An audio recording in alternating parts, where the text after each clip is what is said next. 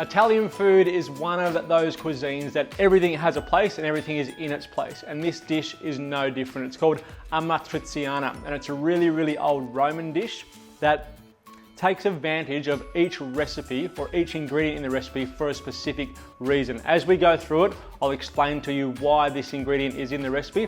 And the good thing is you end up with a yummy dish at the end and you're learning along the way. The first ingredient which has a really important place in this dish is pancetta. Now pancetta is the belly of the pig, so it's a secondary cut. It was quite cheap and then it's rolled and cured. It has a lot of fat in it which we're going to take advantage of. So a cold pan, which we'll turn on now, and then I'm going to put my pancetta in there in 2 waves. So first just lay our little rounds, and what this will do is, one, it gives heaps of flavour because pancetta is nice and flavoursome. But that fat is going to render out of our pieces of pancetta, and oil, in particular olive oil, back in the old Roman days was really expensive.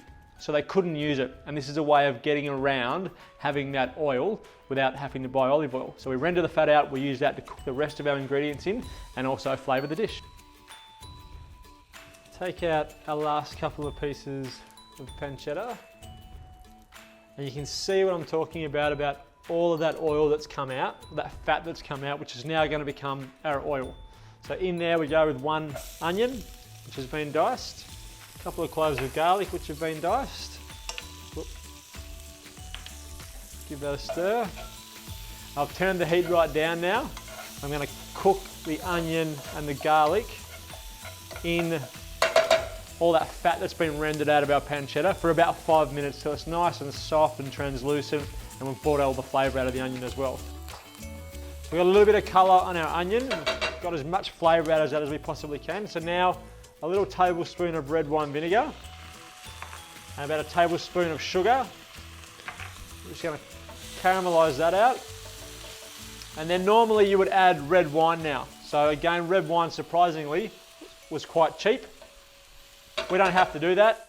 We're using a new Barilla tomato sauce which has got red wine in it. So we add in our red wine and garlic sauce, cook that out. So I'm now just going to let this simmer away until I get the flavour that I want. The more I bring it down, the more intense it's going to become in flavour. I'm going to cook some orecchiette to go with it, which are our little ears, and that's it. So as I said, simplicity, especially with Italian food, is always best, but everything that went into this dish had a reason for being there. My pasta is cooked so I can turn that off. My sauce is reduced enough so I can turn that off. Now I'm going to take the pasta straight from the pot into the sauce and take some of the water with me. Again, this is using every piece of the ingredient that we can, and the gluten that comes out of pasta and becomes part of that water will help thicken up our sauce. Mix in our pasta.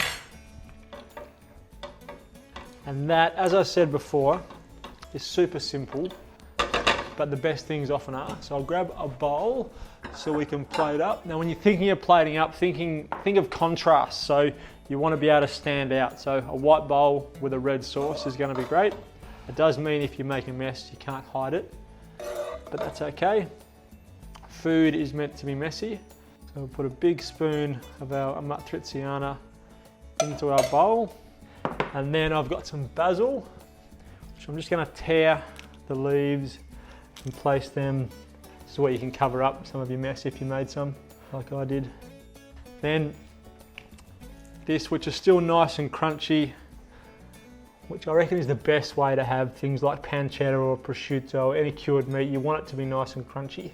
So hold it off and don't cook it out in the sauce and let it go soggy. Hold it off and then add it like this. Now salt was also really expensive.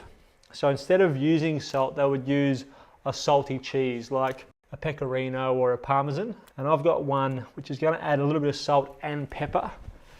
It's a bush pepper, Tasmanian native bush pepper cheese, which I'm just going to grate a little over the top of our pasta. Just a little bit. And that is our amatriciana. Not as traditional as it would have been done way back in Rome centuries ago, but still making use of the things they did back then, the ways they went about cooking to to extract as much flavour as they could from every single ingredient. Enjoy.